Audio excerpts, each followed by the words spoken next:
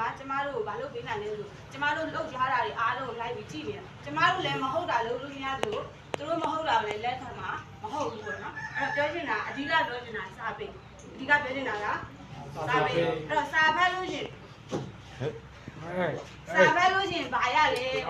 စာဖတ်ရင်ဘာရတော့တိမြဘုရားကျော်ရတယ်ဗျတိပညာဘူးတွေ့ရတယ်စာအုပ်တွေဖတ်လိုက်တယ်အချိန်တွေကုန်သွားတယ်အဲ့တအုပ်ကုန်လို့ပတ်စံရလားမရပါဘူးရွှေရောရလားမရပါဘူးဗျကြောက်တယ်မလဲများရောမရပါဘူးဗျအဲ့ဒါဘာလို့ဖတ်လဲ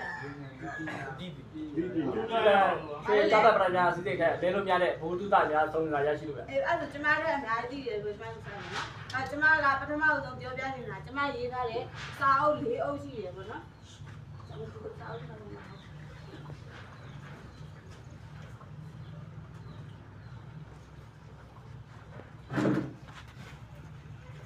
ကျမဒီစာအုပ်လေးကိုဆရာမျိုးနာမှာနှစ်အုပ်ကတော့ဒီမှာပိုင်ပေးခဲ့မယ်ဒီနှစ်အုပ်ကတော့ကုန်သွားတဲ့ဥစ္စာမလို့ကျမဆရာမျိုးနာမှာငားလို့ရတယ်ပေါ့နော်ပထမဦးဆုံးရေးခဲ့တဲ့စာအုပ်က TikTok ကဂျိုးနော် TikTok ကဂျိုးကဘာအကြောင်းရေးထားတာလဲဆိုဥပနဲ့ဆိုတဲ့လူတယောက်အကြောင်းမူတည်ပြီးရေးတာနော်သူကလည်းအရက်သမားပဲ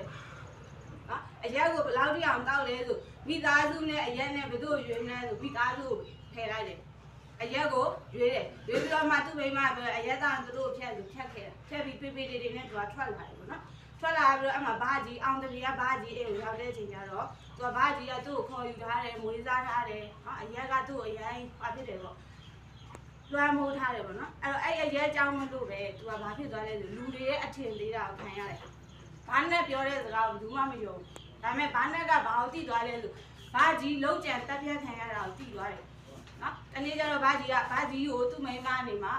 ကော်ဖီတွေကိုဆေးထည့်ပြီးတိုက်ပြီးတော့တက်လိုက်တာဒါကိုဘာနဲ့ကသိတယ်ဒါပေမဲ့ဘာနဲ့စကားကိုယုံတာမယုံပါဘူးယုံဘသူပြောဘာနဲ့ကိုယုံမှာမဟုတ်တော့ဘူးသူကအဲ့မှာဘာကိုသိသွားလဲဆိုအရက်ရဲ့ဆိုးကျိုးကိုသိသွားတယ်နော်ဒါပေမဲ့အရက်ရဲ့ဆိုးကျိုးကိုသိသွားပြီမဲ့အရက်ကိုလွယ်လွယ်ကူကူဖြတ်လို့ရမယ်ထင်လားအကြာကြီးဖြတ်ရမယ်လို့ထင်လားအကြာကြီးအရက်တောက်တော့ခါကျသူ့ရဲ့လက်တွေတုံနေမတောက်ရတုံနေသူအဲ့လိုနောက်ပိုင်းကျဒေါ်တူးဆိုတဲ့အိမ်ရှိတယ်ပေါ့နော်သူအရက်အမြဲတမ်းတောက်ဝယ်နေကြအိမ်ကိုသွားတာတော့ခါကျတော့သူပလင်းခွင့်နေရှိသမျှအကုန်လုံးဆာလာအိတ်ထဲကိုထည့်ပြီးတော့အဲ့ဒီဒေါ်တူးအိမ်ကိုသွားပြီးပလင်းခွင့်နေလောင်းတာပေါ့ဒေါ်တူးကပလင်းခွင့်နေများလိုက်လားဘာလို့ဘလို့လုံးပေါ့သူအရက်ဖြတ်တော့မယ်ဆိုဒေါ်တူးကရည်တာနော်အရက်ရောင်းနေတဲ့ဒေါ်တူးကအရက်သမားတွေရဲ့ဇေယိုက်ကိုတိပြီးသားပေါ့အဲ့ကျတော့ဒေါ်တူးကဘာလုပ်လဲဆိုတော့တာဒု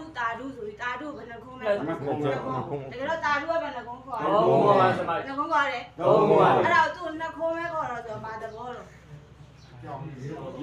တာပေါ့ပြီးတော့ဘာမလုပ်လို့